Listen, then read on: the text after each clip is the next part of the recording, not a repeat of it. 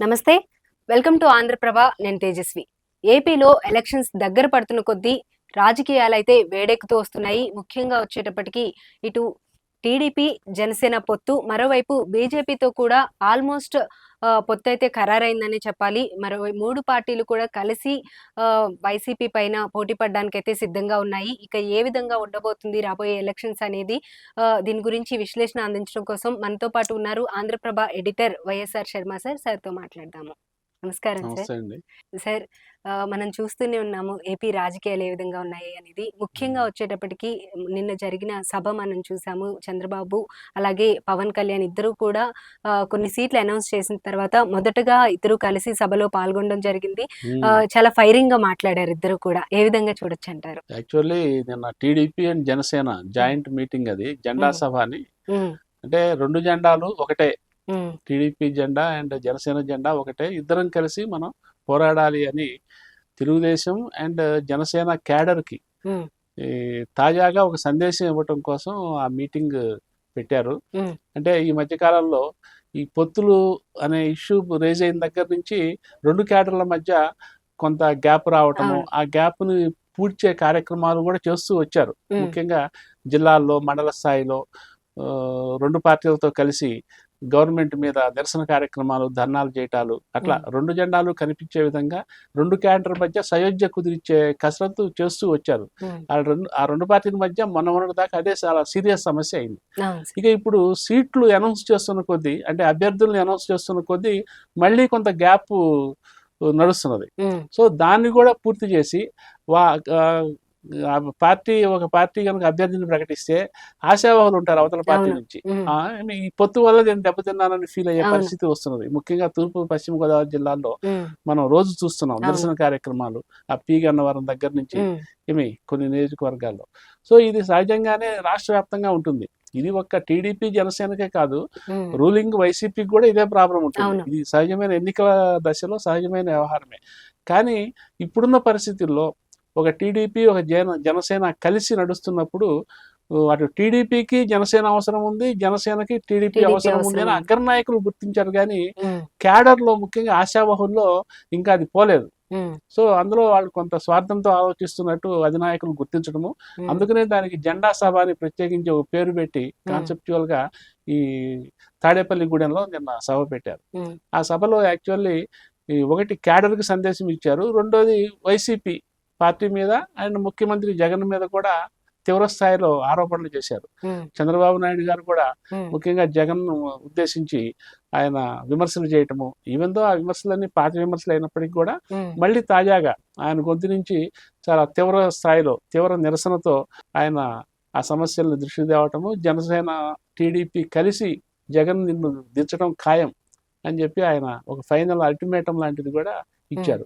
తద్వారా ఏంటంటే తెలుగుదేశం క్యాడర్లో జగన్ ప్రభుత్వాన్ని మేమిద్దరం కలిసి దించగలుగుతాము అని చంద్రబాబు నాయుడు తెలుగుదేశం క్యాడర్కి సందేశం ఇచ్చినట్టు, ఒక ఆత్మవిశ్వాసాన్ని ఇచ్చినట్టు. సో క్షేత్రస్థాయిలో మీరు బాగా పనిచేస్తే నేను నా పని పూర్తి చేస్తాను అని చెప్పి ఆయన చెప్పినట్టు.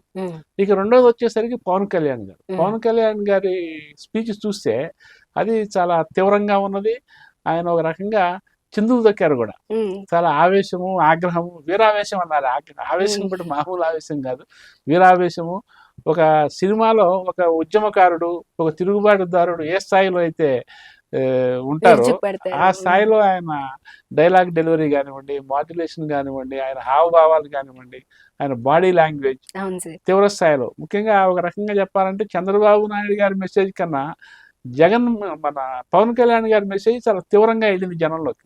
అందుకనే తెల్లారేసరికి వైసీపీ నుంచి పవన్ కళ్యాణ్ కామెంట్స్ మీదనే చాలా ఎక్కువ రియాక్షన్స్ వచ్చినాయి చంద్రబాబు నాయుడు గారి దీని మీద కన్నా కూడా. అందులోనూ ఏదైనా సభ ఉన్నప్పుడు ఆ సభలో ముఖ్యమైన పర్సన్ ఎవరైతే ఉంటారో, ఇప్పుడు చంద్రబాబు నాయుడు గారిది కనుక సభ ఉంటే ముందున్న నాయకులు ఎవరైతే ఉన్నారో వాళ్ళందరూ మాట్లాడిన తర్వాత లాస్ట్ లో మెయిన్ పర్సన్ మాట్లాడతారు, ఆ తర్వాత సభ ముగుస్తుంది. ఈ సభలో వచ్చేటప్పటికి ముందు చంద్రబాబు నాయుడు గారు మాట్లాడిన తర్వాత పవన్ కళ్యాణ్ గారితో సభ ముగించడం జరిగింది.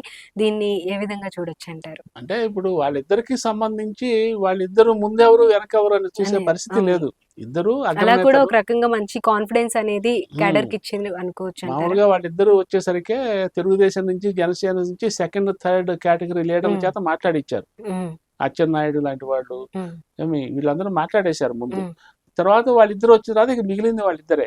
సో వాళ్ళిద్దరిలో సహజంగానే చంద్రబాబు నాయుడు గారు సీనియర్ పొలిటీషియన్ కాబట్టి, అది పవన్ కళ్యాణ్ గారు కూడా ఆమోదించే ఇష్యూనే కాబట్టి, అందులో వాళ్ళిద్దరి మధ్య అటువంటి అభిజాత్యాలు కానీ ఈగో ప్రాబ్లమ్స్ కానీ లేవు.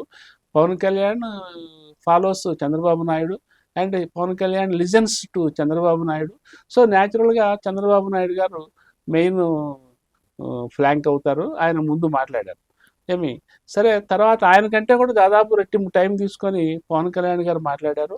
ఆయన వ్యక్తిగత ఇష్యూస్ సంబంధించి వైసీపీ వాళ్ళు లేవనెత్తున్న ఇష్యూస్ ని రైజ్ చేయటము, దానికి ప్రతిగా ఆయన సమాధానం మాట్లాడడం. నేను 3 పెళ్లిళ్ళు చేసుకుంటే నువ్వు 4 పెళ్లిళ్ళు అంటున్నావు, నాకు 4వ పెళ్ళాను నువ్వేనని చెప్పి అటువంటి కామెంట్స్ కూడా. అంటే ఏంటంటే క్యాడర్ లో ఆయన ఒకటి తన వ్యక్తిగత జీవితానికి సంబంధించి ఉన్న అపోహల్ని నివృత్తి చేసుకోవటం ఒకటి. అంటే ఆయన జగన్ని నువ్వు నాకు 4వ భార్య అనటంలో ఏంటంటే అది ఎంత అబద్ధమో అనేది వైసీపీ వాళ్ళు ఎంత అబద్ధంగా సోషల్ మీడియాలో ప్రచారం చేస్తున్నారు. అంతకంటే తీవ్రంగా చెప్పడానికి ఇక వేరే ఆయన అరగంట సేపు మాట్లాడినా అంతకంటే తీవ్రత రాదు ఇక. అందుకని ఆయన క్లైమాక్స్ గా అటువంటి వాక్యం వాడారని మనం అనుకోవాల్సి ఉంటుంది. తద్వారా ఏంటంటే తను తన వ్యక్తిగత జీవితానికి సంబంధించి ఎటువంటి అపోహలకి ఆస్కారం లేకుండా ఒకటి తన క్యాడర్ కి సమాధానం చెప్పటం, వివరణ ఇవ్వటము, రెండోది జగన్ గవర్నమెంట్ మీద ఎదురుదాడి చేయటం ద్వారా జగన్ పాతాళానికి అణగదొక్కుతాను అంటే పవన్ అంటే ఏంటి అనేది ఆయన 4-5 ఉదాహరణలు చెప్పారు, 4-5 నిర్వచనాలు చెప్పారు. తద్వారా ఏంటంటే ఆయనలో ఉన్న ఒక ఫోర్స్, ముఖ్యంగా రూలింగ్ పార్టీ చేస్తున్న అక్రమాల మీద తను ఎంత తీవ్రంగా ఉన్నాను, ఈ ప్రభుత్వాన్ని గద్దె దించాలి అనే విషయంలో తను ఎంత రాజకీయంగా వ్యక్తిగతంగా రాజీపడి తెలుగుదేశంతో చాలా తక్కువ సీట్లు నేను ఎందుకు తీసుకున్నాను అనేది తను చాలా ఘంటాపదంగా, చాలా క్లారిటీతో, చాలా ఆవేశంతో చెప్పడం ద్వారా తన చిత్తశుద్ధిని అయితే పవన్ కళ్యాణ్ గారు చెప్పుకున్నారు. ఆ విషయంలో ఆయన్ని మెచ్చుకోవాల్సిందే. ఆ విషయంలో చంద్రబాబు నాయుడు గారు కూడా చాలా కన్విన్స్ అయినట్టు మనకు అక్కడే వేదిక మీద తెలుస్తున్నది. ఎందుకంటే పవన్ కళ్యాణ్ మాట్లాడిన ప్రతి మాట చంద్రబాబు నాయుడు గారు శ్రద్ధగా ఆయన వైపు చూస్తూ వినటంతో పాటుగా ఆయన మాట్లాడుతున్న దానికి ఇలా అవును అన్నట్టు తలూపుతూ ఆయన ముఖంలో కొంచెం ఆనందము ఆహ్లాదము కనిపించడం, అంటే కరెక్ట్ సందేశాన్ని ఆయన ఆ కరెక్ట్ ఆవేశంతో జనంలోకి తీసుకెళ్తున్నారు అనే ఒక మెసేజ్ అయితే చంద్రబాబు నాయుడు గారు కూడా సైలెంట్ గా ఇచ్చారు. సో మొత్తం మీద ఆ మీటింగ్ అనేది ఒకటి జగన్ గవర్నమెంట్ మీద జనంలో ఉన్న అభిప్రాయానికి ఒక ప్రతిబింబంగా మనం దాన్ని చూడొచ్చు. అందుకనే ఇవాళ 3-4 మంత్రులు నిన్నటి సభ గురించి, జెండా సభ గురించి చాలా తీవ్ర స్థాయిలో వాళ్ళు విరుచుకుపడుతున్నారు కూడా. సో ఇదొక్కటే సింబల్ ఏంటంటే నిన్న ఆ సభ ఎంత మేరకు సక్సెస్ అయింది. సక్సెస్ అవటం అంటే సామాన్య జనంలోకి జగన్ ప్రభుత్వం గురించి, అరాచకాల గురించి వాళ్ళు ఏ స్థాయిలో తీసుకెళ్లారు, అట్లాగే వాళ్ళ పొత్తులో ఉన్న సిన్సియారిటీని, అట్లాగే ఆ 2 క్యాడర్లు కలిసి పనిచేయాల్సిన అవసరాన్ని వాళ్ళు ఏ స్థాయిలో చెప్పగలిగారు అనే దానికి నిన్నటి సభ మంచి ఉదాహరణ. అయితే మొత్తానికి వచ్చేటప్పటికి ఇప్పటి వరకు మీరు ఇందాక అన్నట్టు సీట్లు చాలా తక్కువ తీసుకున్నాడని కావచ్చు, లేదంటే అధికారం పంచుకోవాలి అని కావచ్చు, డిఫరెంట్ గా పవన్ కళ్యాణ్ గారి పైన కూడా ఎన్నో ఆరోపణలు అయితే చేస్తూ వస్తున్నారు. దాని గురించి ఆయన చాలా క్లియర్ గా అయితే చెప్పడం జరిగింది. ఇదంతా కంప్లీట్ గా క్యాడర్ లోకి కావచ్చు, లేదంటే ఓటర్స్ కి కావచ్చు, పర్ఫెక్ట్ గా రీచ్ అయిందంటారా? తప్పనిసరిగా. ఎందుకంటే జగన్ గవర్నమెంట్ చేస్తున్నది అదే. ముఖ్యంగా వైసీపీలో ఉన్న నాయకులు వాళ్ళు పొత్తుని తప్పుపడుతున్నారు. ఎందుకంటే పవన్ కళ్యాణ్ చంద్రబాబు నాయుడికి దాసోహం అయిపోయి ఆయన ఎన్ని సీట్లు ఒక భిక్షలాగా పడేస్తే తీసుకుంటున్నారు. సో నువ్వు నీ స్థాయి ఏంటి అనేది పవన్ కళ్యాణ్ని రెచ్చగొట్టడానికి కూడా చాలా విధాల ప్రయత్నించారు. అట్లాగే ఆ ఉమ్మడి గోదావరి జిల్లాలో ఉన్న కొందరు కాపు నాయకులు కూడా పవన్ కళ్యాణ్ మరిన్ని సీట్లు సంపాదించాలి, ముఖ్యంగా 50-60 సీట్లు అసెంబ్లీ సీట్లు తీసుకోవాలి, ఒక 10-15 కనీసం 10 లేకపోతే 8 కన్నా లోక్సభ సీట్లు తీసుకోవాలి, నీకు ఇదేం కర్మ, నువ్వు ఆయనకి ఎందుకు అట్లా దాసోహం అవుతున్నావు అని ఆయన రెచ్చగొట్టడానికి కూడా చాలా ప్రయత్నించారు. ముఖ్యంగా వైసీపీ వాళ్ళు అయితే నువ్వు ఆయనకు అమ్ముడుపోయినావు, ఆయన ఎన్ని తీసేసుకుంటున్నావు, నీకు ఇదేమి నీ స్థాయి ఇదేనా, నీకున్న పాపులారిటీ ఇదేనా అని చెప్పి కూడా ఆయన మాట్లాడే సందర్భాలు ఉన్నాయి. అవును సార్. కానీ పవన్ కళ్యాణ్ గారి సమాధానం చాలా జనానికి చాలా కన్విన్సింగ్ గా ఉంది కూడా. ఏంటంటే గత ఎన్నికల్లో పోటీ చేసినప్పుడు నా సభలకైతే మీరందరూ వచ్చారు, కాబోయే సీఎం ఓట్లు సీఎం మాత్రం చప్పట్లు కొట్టారు, అవును. అరిచారు గొంతెత్తి. కానీ తీరా ఓటింగ్ వచ్చేసరికి నాకు కనీసం మీరెవరు ఆయన్ని కూడా గెలిపించలేకపోయారు. గెలిపించలేకపోయినారు కదా. కనీసం నన్ను నేను 2 చోట్ల పోటీ చేస్తే ఒక చోట కూడా గెలిపించలేకపోయినారు. సో మన స్థాయి అది బేసులో మనం ఇంకా వ్యవస్థీకృతం కాలేదు పార్టీ పరంగా. సో అది అయ్యేంత వరకు కూడా మనం మన స్థాయిని మర్చిపోకూడదు, మనం గాదిలో మేడలు కట్టకూడదు అనే విషయాన్ని కూడా ఆయన నిన్న కూడా అన్యాపదేశంగా అదే చెప్పారు. Okay sir. నేను ఎందుకు ఇన్ని సీట్లకే ఒప్పుకున్నాను, అది నా ఏదో అసమర్థత లాగా మీరు ఫీల్ అవుతున్నారు. అది అసమర్థత కాదు, ఒక స్ట్రాటజిక్ గా మనం ఏ స్థాయిలో ఉన్నాం, మన క్యాడర్ ఏ స్థాయిలో ఉంది అందుకని కింద స్థాయి నుంచే మొదలు పెట్టుకోవాలి అనే ఫస్ట్ స్టెప్ నుంచి మొదలు పెట్టుకోవాలనే దీంతోనే నేను 20 సీట్లకి 24 సీట్లకి నేను అంగీకరించాను తప్ప వేరే కాదు అని చెప్పి ఆయన క్యాడర్ను కూడా కన్విన్స్ చేయడానికి ప్రయత్నించారు. నిజానికి జనంలో కూడా అదే అభిప్రాయం ఉంది. అంటే పవన్ కళ్యాణ్ ఇప్పుడు లాస్ట్ టైం అనుభవం దృష్ట్యా ఆయన పార్టీలో సంస్థాగతంగా వ్యవస్థీకృతం కాలేదు. ఏమండి, ముఖ్యంగా బూత్ స్థాయిలో ఇప్పుడు ఏ పార్టీకైనా బూత్ స్థాయిలో ఆ రోజు జనాన్ని తీసుకెళ్లి ఓట్లు వేయించుకునే వ్యవస్థ ఉండాలి. అందులో ఈ జనసేన ఇంకా పూర్తి స్థాయిలో వ్యవస్థీకృతం కాకపోవటం వల్ల సమస్యలు వస్తున్నాయి. సో తెలుగుదేశం అండగా ఉంటే తెలుగుదేశానికి రాష్ట్రంలో మంచి క్యాడర్ ఉంది. అది దాదాపు 1983 నుంచి కదా తెలుగుదేశం పార్టీ. సో దానికి బూత్ లెవెల్ వరకు, కింద స్థాయి వరకు మంచి వ్యవస్థ ఉంది. సో వాళ్ళు దశల వారీగా ప్రచారంలో ఎట్లా పాల్గొనాలి, ప్రచారం రీతులేంటి, ఆ తర్వాత ఓటింగ్ ప్యాటర్న్, జనాన్ని తీసుకెళ్లి వాళ్ళ మద్దతుదారులు అనుకున్న వాళ్ళని తీసుకెళ్లి చేయబట్టుకు తీసుకెళ్లి పోలింగ్ బూత్ లోపలికి పంపించడం ఎలా, అసలు తమ ఓటర్లను గుర్తించడము, ఇళ్ళకెళ్ళి వాళ్ళని తీసుకొచ్చి పోలింగ్ బూత్ లోకి పంపించేంత వరకు ఇదంతా కూడా ప్రతి పార్టీ చేయాలి. అందుకనే బీజేపీకి కూడా ఆ సమస్య ఉంది చాలా. వాళ్ళు కూడా ఇప్పుడు అదే గుర్తించి పోలింగ్ బూత్ వరకు వాళ్ళు టీములు ఏర్పరచుకుంటున్నారు. సో జనసేనకి అది లోపం ఉంది కాబట్టి మనం తెలుగుదేశంతో కలిసిపోతే, తెలుగుదేశం సహజంగానే మేజర్ షేర్ ఆఫ్ ఓట్స్ ఉన్న పార్టీ కాబట్టి మనం దాంతో ఈ స్థాయిలోనే కలిసిపోవాలని పవన్ కళ్యాణ్ గారు చెప్పారు. నిన్న కూడా ఆయన అదే మరొకసారి వివరణ ఇచ్చారు. పైగా ఇప్పుడు కాపు నాయకులు కొందరు, ముఖ్యంగా ముద్రగడ పద్మనాభం గారు, అట్లాగే ఇంకొక ఆయన ఎవరు, ఆయన పేరు, ఆయన లెటర్ రాస్తూ ఉన్నారు. సో ఈ రోజు కూడా ఒక లెటర్ మళ్ళీ ముద్రగడ బహిరంగ లేఖ అయితే రాశారు. మీరు ఇట్లా సలహాలు ఇవ్వటం కాదు, అది ఒక రాజకీయంగా మనం ఏ స్థాయిలో ఉన్నామో ఆ స్థాయిని బట్టి నేను నిర్ణయం తీసుకున్నాను. ఇక ఆ నిర్ణయంతో వెనక్కి పోయేది ఉండదు. మీకు చేత అయితే నాతో రండి, నాతో కలిసి నడవండి. నేను ఒక రకంగా యుద్ధం చేస్తున్నాను. జగన్ ఏమో సిద్ధం అని మన మీదకి వస్తున్నాడు. సో మనం యుద్ధం చేయాలి. సో దానికి మీరంతా కలిసి నాతో నడవాలి, కానీ నాకు సలహాలు ఇస్తూ నన్ను విమర్శిస్తూ చేసినందువల్ల ఉపయోగం ఉండదు అని చెప్పి నిన్న బహిరంగ వేదిక మీద ఆయన చెప్పడం కూడా దానికి చాలా ధైర్యం కూడా కావాలి. అంటే ఒక నిర్ణయం తీసుకున్న తర్వాత, ఒక మంచో చెడో ఒక నిర్ణయం తీసుకున్న తర్వాత ఆ నిర్ణయంతో పోరాడాలి, కానీ మళ్ళీ ఆ నిర్ణయం మీద వెనక్కి ముందుకి మీనమేషాలు ఎక్కిస్తూ హెసిటేట్ చేస్తూ బ్యాక్ స్టెప్స్ వేసుకుంటూ పోతే చివరికి అది బలహీనం అవుతారు. నాయకుడు బలహీనం అవుతాడు. నాయకుడు తీసుకునే ప్రతి నిర్ణయము మంచిదని మనం అనుకోనక్కర్లా, కానీ ఆ నిర్ణయం మీద నిలబడి అందుకు అనుగుణంగా దాన్ని అధిగమించడం కోసం వాళ్ళు స్ట్రాటజీలు వేసుకొని ముందుకు నడిస్తే అది అసలైన యుద్ధం అవుతుంది. సో పవన్ కళ్యాణ్ ఆ అవగాహన ఉన్నది. సో అందుకనే నేను బహిరంగ వేదిక మీద ఆయన ఈ స్టేట్మెంట్లు ఇవ్వడం ద్వారా మర్నాడు వాళ్ళ మళ్ళీ దాని మీద కూడా విమర్శలు తీవ్ర స్థాయిలో వచ్చినాయి.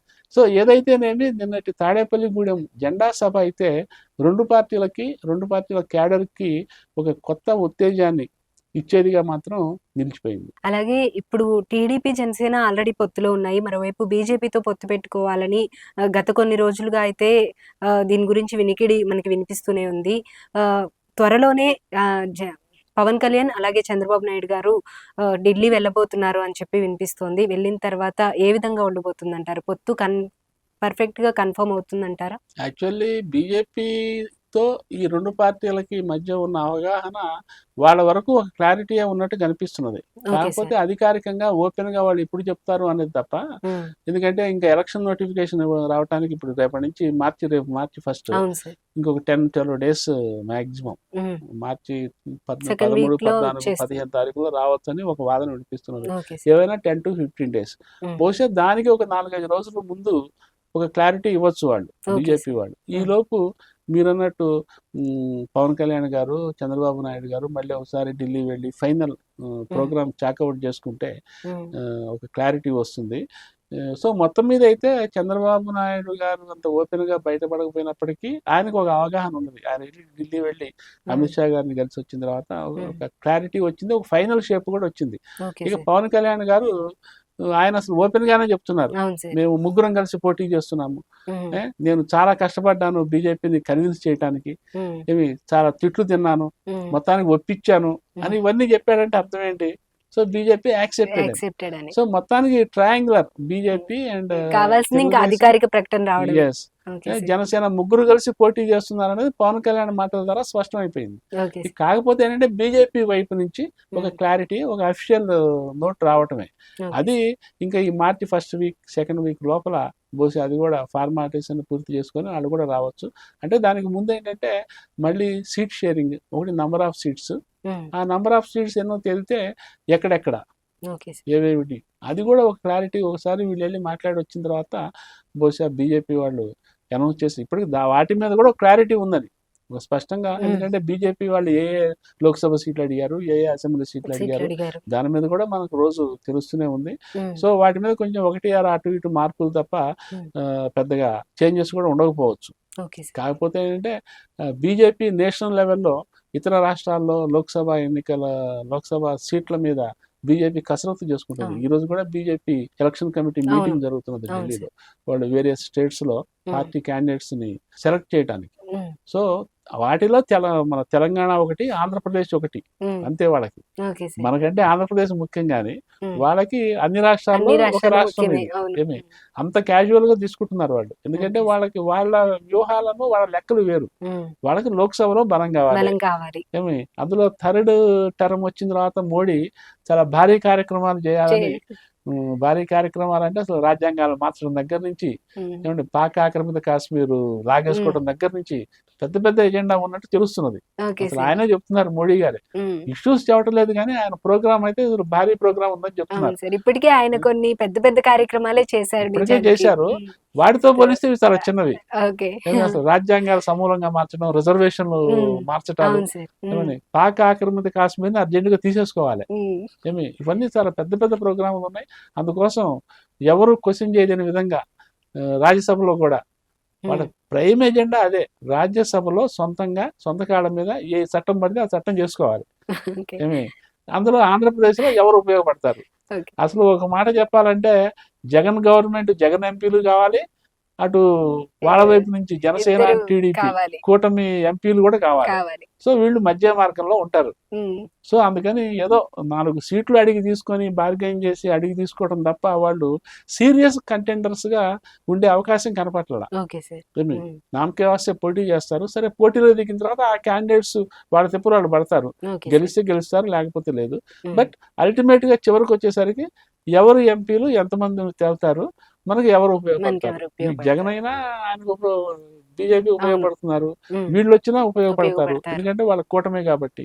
సో బీజేపీ నేషనల్ లెవెల్లో దాని ప్రోగ్రామ్ అది కాబట్టి ఏపీలో ఇటుండాలా అటుండాలా, ఎవరితో ఉంటే లెక్కలు కాదు, దాని లెక్క వేరే ఉంది. Okay sir, thank you so much sir, time spend చేసి ఇంత విశ్లేషణ అందించారు. Thank you so much. So మొత్తానికి అయితే ఇది పరిస్థితి. ఏపీలో ఎలక్షన్స్ దగ్గర పడేటప్పటికి నిన్న జరిగిన జెండా సభ ఏదైతే ఉందో అది మాత్రం సక్సెస్ఫుల్ గా ప్రజల్లోకి వెళ్ళిందని చెప్పాలి. పవన్ కళ్యాణ్ గారు అయితే ముఖ్యంగా ఏం చెప్పాలి అనుకున్నారు, తన పర్సనల్ విషయాల గురించి కావచ్చు, ప్రత్యర్థులు ఏ విధంగా తన పైన మాట్లాడుతున్నారనేది దానికి కానీ, అలాగే రాజకీయ పరంగా కానీ, టీడీపీతో పొత్తు విషయంలో కానీ ఎవ్రీథింగ్ కూడా ఆయన చాలా స్పష్టంగా క్యాడర్లో కానీ ఓటర్స్ లో కానీ తీసుకెళ్లారని చెప్పాలి.